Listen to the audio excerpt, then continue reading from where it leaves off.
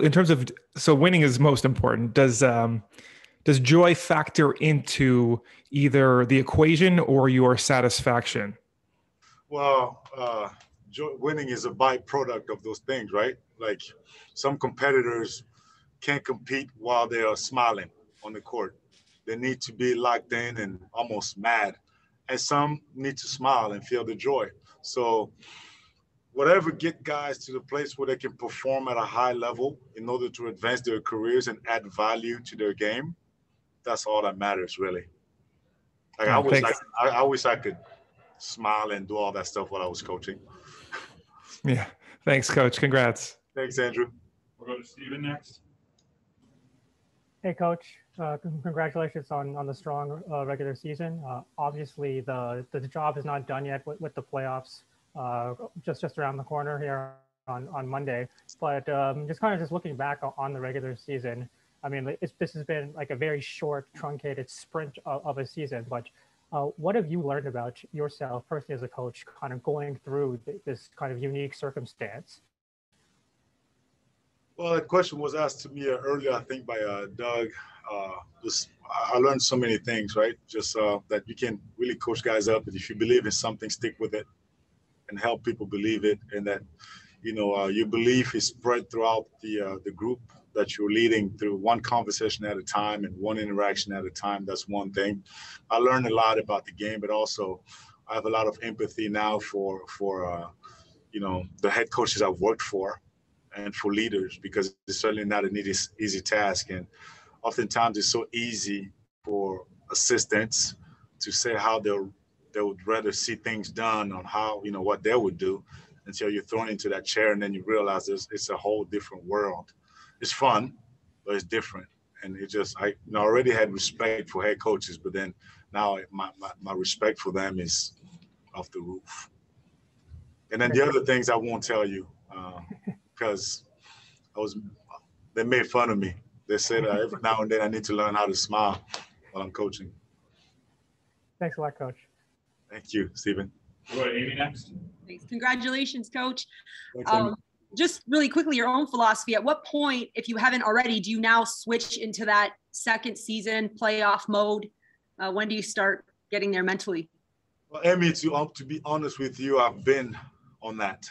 That's why you see me stumping my feet and doing all this stuff while we're up 20, because I'm thinking about, are we building habits to win this 3-game season that's upon us? I kind of feel like it's my job to get ahead of the group here, to kind of foresee what's coming, and how do we prepare them psychologically for what's ahead, because nothing else matters now. They worked hard. They've earned the privilege to play this second part of the season. Now we got to get it done.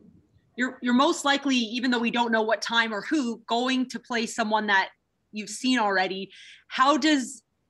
Maybe what's your advantage to getting to see someone for a second time in as long as 3 weeks? It's good. I think it's good, although you play them one time and then, we kind of just locked in on us and seeing how we do and how we're progressing. But having played somebody one time, you kind of know who your opponent is, and you can anticipate some things. And even for these guys, kind of just remembering this player used to do what is this player's preference and what was their style of play like. We'll still need to go back and really study our opponents, but it's good. I think it's good for our players. It gives them a certain comfort there, knowing who they're facing. All right. Thanks. Congratulations. We've totally enjoyed watching you guys play these last 15 games. So thank you so much, Amy. Thank you so much. Go to Randy.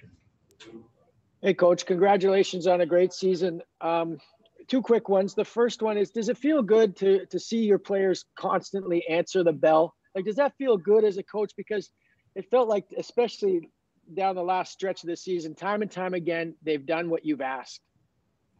Absolutely, man. That's how I told him in the locker room. I'm so proud of them. Just proud of the fact that they competed and that every game they were willing to show their will to win, even in games that it would have been easy to just give in, or plays would have been easy to give in, but and that's a separator, right? That's a separator. Everybody here is vying to get to a better place, but then how do you separate yourself? And it's playing hard and showing, that you want it more than the guy next to you. And hopefully we're on that team.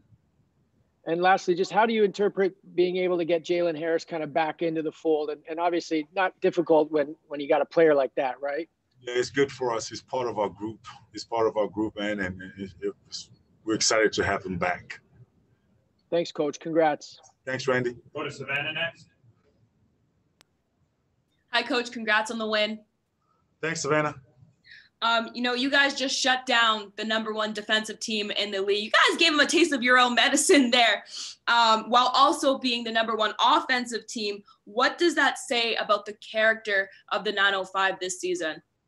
Oh, no, you tell me. I'm glad, Savannah, we came up with the win. I think our players are really hardworking people. They allowed us to coach them. They allowed us to coach them hard. And I'm just glad we're able to come up with the win. And now, in light of Monday being the playoffs, but then also International Women's Day, you give tons of credit to your assistant coaches on the regular, but how much of an impact has Brittany Donaldson been this season? Oh, man, she's the best. She's the best. She's so prepared, always willing to help, has great ideas. She's actually helped us win quite a few games just by she's in charge of the what we call special situations with us here, just end the game stuff. And she's been able to really just help us in that area. And she's been phenomenal. And I love the fact that our guys do respond to her leadership and her style. And she's really asserted herself in our group as somebody that's important and relevant. Absolutely. She deserves all the flowers. Congrats, Coach. 100%, and more. 2 more. We'll go to Javon next. Coach, congrats on another one. Thank you. So, I want to know how you feel. This is your first time in this seat, in this chair, and obviously you finished at the top of the league. What did you learn about yourself? And again, what do you feel going into this playoff? I think I'm really, I'm just happy that we were able to, these guys worked so hard. Honestly, and I'm not just saying that. It wasn't easy, and it's not easy. They worked so hard, and just seeing the fruit of the labor being, on display like this, I'm happy to see that. But then my mind is already thinking about, okay, who we got next, how we playing tonight. I'm gonna have to immerse myself and watch some film. Our coaches will too, and then thinking about tomorrow, how do we break up the day to give them time to rest, but also kind of slowly preparing them and ushering them into this second part of the season. That's really what's on my mind. And it's, what changes? You're going, this season is behind you now. Mm-hmm. And obviously you guys deserve all the flowers there. Congrats. But you're in a 1-game season. Does that change anything in your preparations? Does that change anything for where the team's concerned? Well, just for me, and I've come here time and time again, even after wins. To me, this is when your habits really get exposed, right? Good and bad, and the margin of error is pretty thin. And you don't get to say, "Well, we'll get the next one. Mm-hmm. We'll get this one. You're going home." And I think that naturally kind of puts people on edge a little bit. I believe we're a good team. I believe we have what it takes to win this thing. But human nature is there, so we'll have to keep injecting confidence, but also really get them so prepared that they go out there completely relaxed and ready to do what they've been doing thus far. All right. And last one, now that you're at this point, I know you got some advice before the season started, but now that you're at this point here, has from any of your friends and colleagues across the NBA giving you some advice that stuck? Yes, quite a few. Masai told me to just make sure you lead with empathy. I think that's one stuck with me. And then also a former NBA coach told me, let your team reflect you. And hopefully we're able to accomplish that.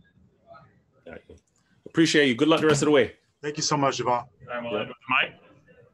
Bonjour coach, félicitations pour cette magnifique saison et cette équipe qui est vraiment un régal à voir jouer. Je voulais vous demander, sans aller dans les détails, quel bilan vous faites de cette saison régulière? Qu'est-ce qui vous a plu chez votre équipe et qu'est-ce que vous voudriez encore améliorer? Notre désir de gagner, Mike. Je pense que nos jeunes ils ont montré qu'ils ont un réel désir de gagner et qu'ils sont prêts à faire tout ce qu'il faut pour pouvoir gagner. Et je pense que l'équipe s'est améliorée au fur et à mesure des matchs. On connaît nos habitudes, les bonnes et les mauvaises. Et en allant maintenant dans les playoffs ici, ce sera très important de rester très concentré sur ce qu'on a à faire et d'essayer de minimiser au maximum nos habitudes qui ne sont pas si terribles. Vous avez la meilleure attaque de la ligue. On sait que pendant les playoffs, ce qui est important, c'est la défense, comme on dit en anglais, defense wins championship. Est-ce que c'est un souci ou une inquiétude pour vous, le côté défensif? Est-ce que c'est quelque chose sur lequel vous allez vraiment insister? Parce qu'on sait qu'en attaque, on a l'impression qu'on n'a pas vraiment de souci à se faire avec cette équipe. On a toujours, je pense qu'on a toujours insisté sur la défense. Je pense qu'avec les joueurs qu'on a, on doit peut-être faire un peu plus de choix tactiques parce qu'il y en a pour qui ça ne vient pas naturellement. Et je pense que c'est le même discours qu'on va commencer. On aura juste à être peut-être un peu plus tactique, mais aussi que ce sont les playoffs. Hein. Chaque possession est importante et on ne peut pas avoir des possessions là où on oublie de faire certaines choses ou on ne les fait pas au maximum. Je pense que c'est là que la transformation doit vraiment s'effectuer.